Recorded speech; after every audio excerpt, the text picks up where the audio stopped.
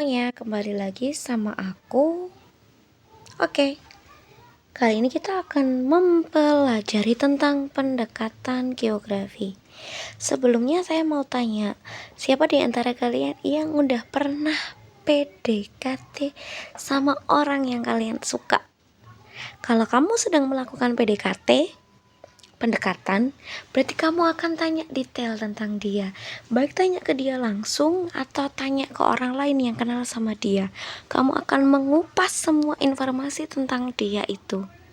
Kalau nggak gitu, kamu kalau misalkan punya guru favorit atau punya dosen favorit, pasti kamu akan mengupas tuntas segala informasi. Iya, kalau misalkan itu favorit. Kalau yang unfavorable atau yang gak terlalu kamu suka, kamu pasti juga akan mengupas tuntas tentang si orang tersebut. Nah, berarti sebenarnya kamu sedang melakukan pendekatan kan? Di geografi juga ada pendekatan nih, tapi temanya adalah tentang fenomena geosfer. Di sini pendekatan adalah melakukan observasi atau mengkaji atau mencari informasi secara mendalam tentang sesuatu atau seseorang. Ini kamu melakukan pendekatan. Contohnya, example, saat ada kecelakaan.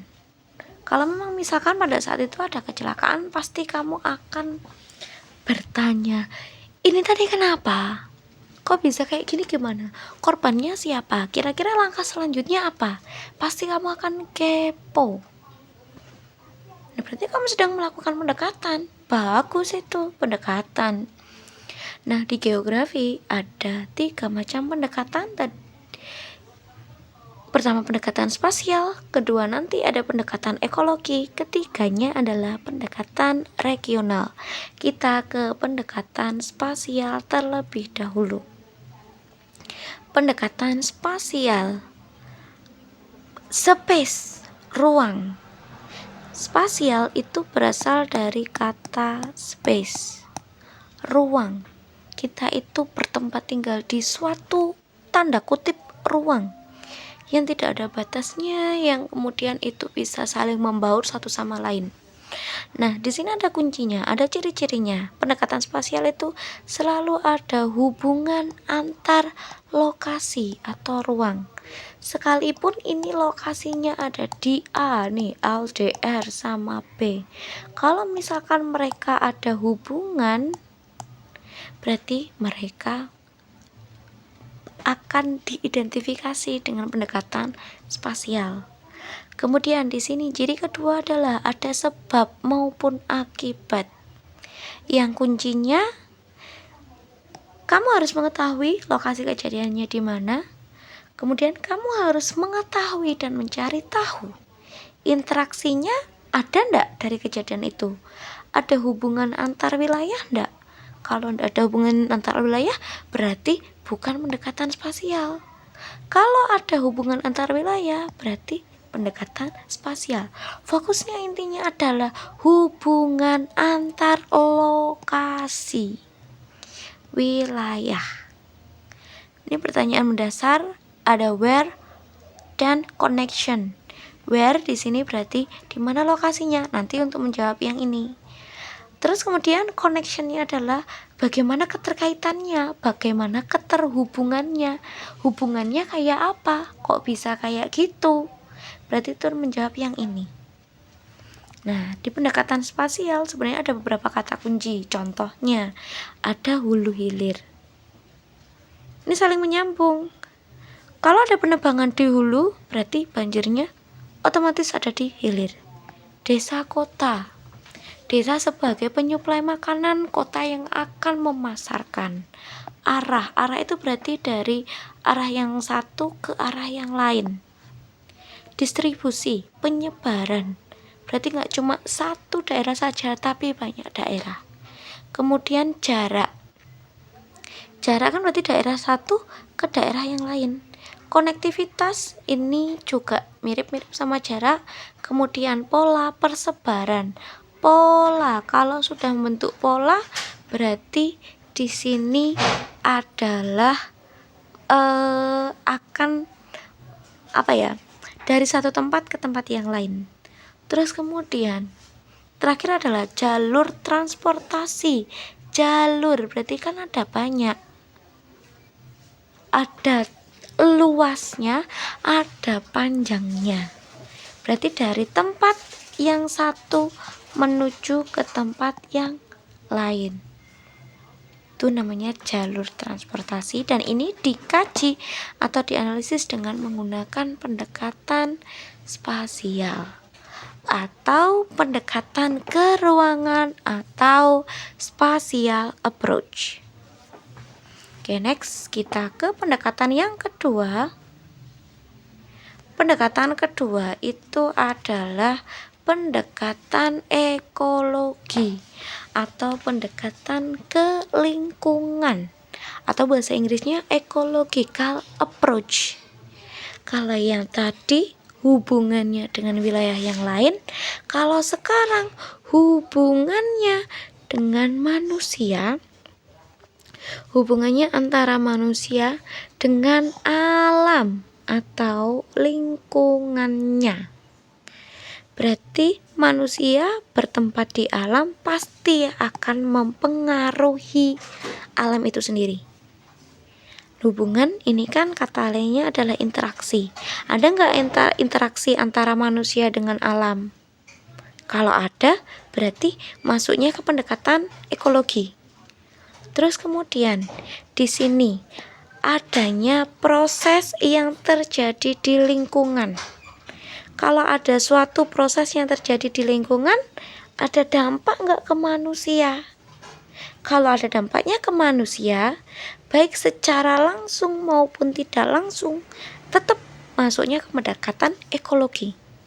Di sini pelakunya bisa dua, bisa alam secara alami, bisa manusia. Kalau alam sendiri yang menyebabkan suatu fenomena, tapi kalau dirasakan oleh manusia, baik secara langsung ataupun tidak langsung, dipelajari di pendekatan ekologi. Apalagi yang manusia sebagai penyebabnya.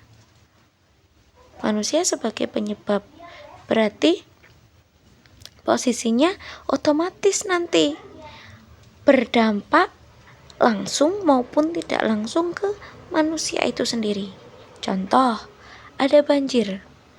Banjir bisa terjadi karena aliran dari gunung, atau juga dari penumpukan sampah, atau mungkin selokannya yang kecil, atau mungkin juga curah hujan yang tinggi.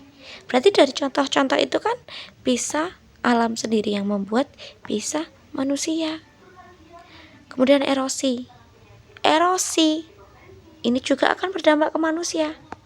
Jelas longsor dampaknya ke manusia. Pencemaran bisa dari manusia ke manusia, bisa dari alam dampaknya ke manusia. Sedimentasi ke manusia, eksploitasi sumber daya alam otomatis dampaknya akan ke manusia. Kemudian yang di sini adalah ini, maaf kurang tulisannya, lahan. Kalau misalkan perubahan lahan, siapa yang menyebabkan? Manusia. Dampaknya ke manusia enggak? Ke manusia. Ya udah, berarti kalau ada hubungannya dengan manusia, pakainya pendekatan ekologi. Kita ke pendekatan terakhir, yaitu adalah pendekatan regional atau region. Region itu wilayah. Disebut juga sebagai pendekatan kewilayahan atau pendekatan kompleks wilayah. Bahasa Inggrisnya regional approach. Nah, di sini dia memfokus pada ciri khas. Ada ciri khas nggak sih di suatu daerah itu? Ada sesuatu hal yang unik nggak di daerah itu? Ada ciri khas atau keunikan suatu wilayah. Nah, keunikan ini berarti kan otomatis itu ada perbedaan dengan wilayah yang lain. Kalau ada perbedaan, misalkan kota A memiliki keunikan ini, kota B memiliki keunikan itu. berarti itu masuknya ke pendekatan regional nanti. Nah, ini poinnya. Ciri khas yang dimiliki oleh masing-masing wilayah, oleh wilayah tersebut, itu tidak harus ada hubungan atau tidak harus kok ada interaksi dengan wilayah yang lain. Misalkan kota Yogyakarta dikenal oleh Malioboro-nya, ada kuda-kuda untuk wisatawan. Nah, sedangkan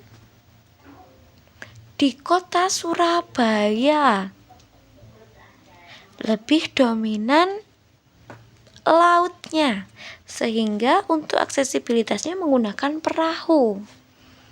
Ini kan berarti tiap-tiap wilayah kan punya ciri khas masing-masing. Ada hubungannya enggak mereka berdua, Yogyakarta sama Surabaya? Enggak ada.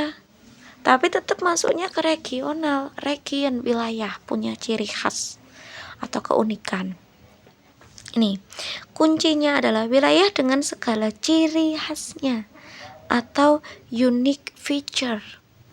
Ada keunikan secara feature.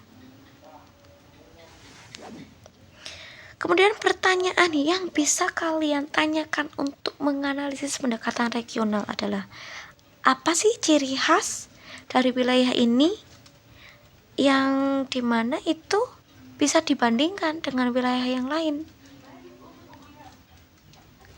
Di wilayah yang lain punya apa? Di wilayah ini apa yang spesial? Kenapa kamu milih A, kok tidak B? Mereka punya sama-sama kekhasan atau keunikan. Nah, di sini ada beberapa kata kunci. Ada ciri khas, ada karakteristik. Ciri khas suatu wilayah. Karakteristik, ciri-cirinya apa yang membedakan antara A dengan B? Kemudian keunggulan wilayah. Unggulnya di wilayah A apa? Unggulnya di wilayah B apa? Kemudian potensi daerah. Potensi daerah di A itu apa sih? Kemudian potensi daerah B itu apa sih? Punya potensi masing-masing. Kemudian nanti kalau sudah akan ketemu perbandingan antar daerah, membandingkan walaupun tidak berhubungan secara langsung, itu tetap bisa dibandingkan. Indonesia dengan Singapura, Indonesia sama South Korea, Korea Selatan, untuk hari kemerdekaannya beda 2 hari, tapi lebih maju yang mana? Sudah bisa dibandingkan. Oke, sekarang saatnya kita mulai pengerjaan soal. Di sini ada 3. Berdasarkan ciri-ciri yang tadi sudah harus bisa dianalisis. Yang pertama adalah banjir yang terjadi di Blitar karena adanya aliran lahar dingin letusan Gunung Kelut. Kedua, banjir yang terjadi di Jakarta terjadi karena banyaknya tumpukan sampah, sedangkan di Bogor terjadi karena banyaknya alih fungsi lahan. Yang ketiga, banjir yang terjadi di Surabaya bukan hanya karena curah hujan yang tinggi saja, melainkan adanya pasokan air dari hulu Sungai Brantas dari daerah Mojokerto dan Gresik. Di sini sudah ada 1, 2, 3 spasial ekologi regional. Coba silahkan menurut kalian yang termasuk pendekatan spasial. Tadi pendekatan spasial adalah ada hubungan dengan wilayah yang lain. Nah, kira-kira mana yang ada hubungan dengan wilayah yang lain?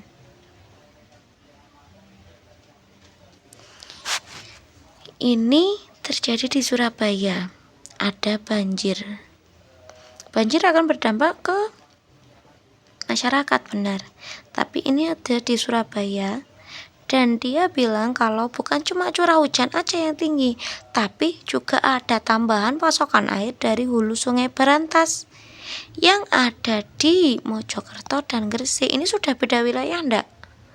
sudah beda wilayah. Berarti ini masuknya yang spasial. Oke, sekarang ekologi. Ekologi ini berarti hubungan antara manusia dengan alam atau lingkungannya. Bisa secara langsung, bisa tidak langsung. Oke, kira-kira yang ini ngomongin banjir. Banjir pasti itu masuknya ke permukiman. Berarti ini ada hubungannya dengan manusia. Kemudian yang terjadi di Blitar karena adanya aliran lahar dingin. Ini berarti tentang alam. Tentang alam. Alam punya aliran lahar dingin. Lahar dingin Gunung Kelut itu kepemilikan alam. Kemudian lahar dingin ini mengalir sampai menyebabkan banjir yang akan masuk ke permukiman warga. Berarti ada hubungannya antara alam dengan manusia. Berarti yang ini adalah B. Berarti regional yang mana? Yang ini. Alasannya apa? Mari kita lihat. Banjir yang terjadi di Jakarta terjadi karena banyaknya tumpukan sampah. Oke. Banjirnya di Jakarta itu karena banyak tumpukan sampah. Banjir yang ada di Bogor terjadi karena banyaknya alih fungsi lahan. Ada hubungan nggak dua daerah ini? Nggak ada hubungan. Memang ada dua kota, tapi tidak berhubungan. Dampak dari manusia, dampak juga alam. Tapi ingat, lihat di sini.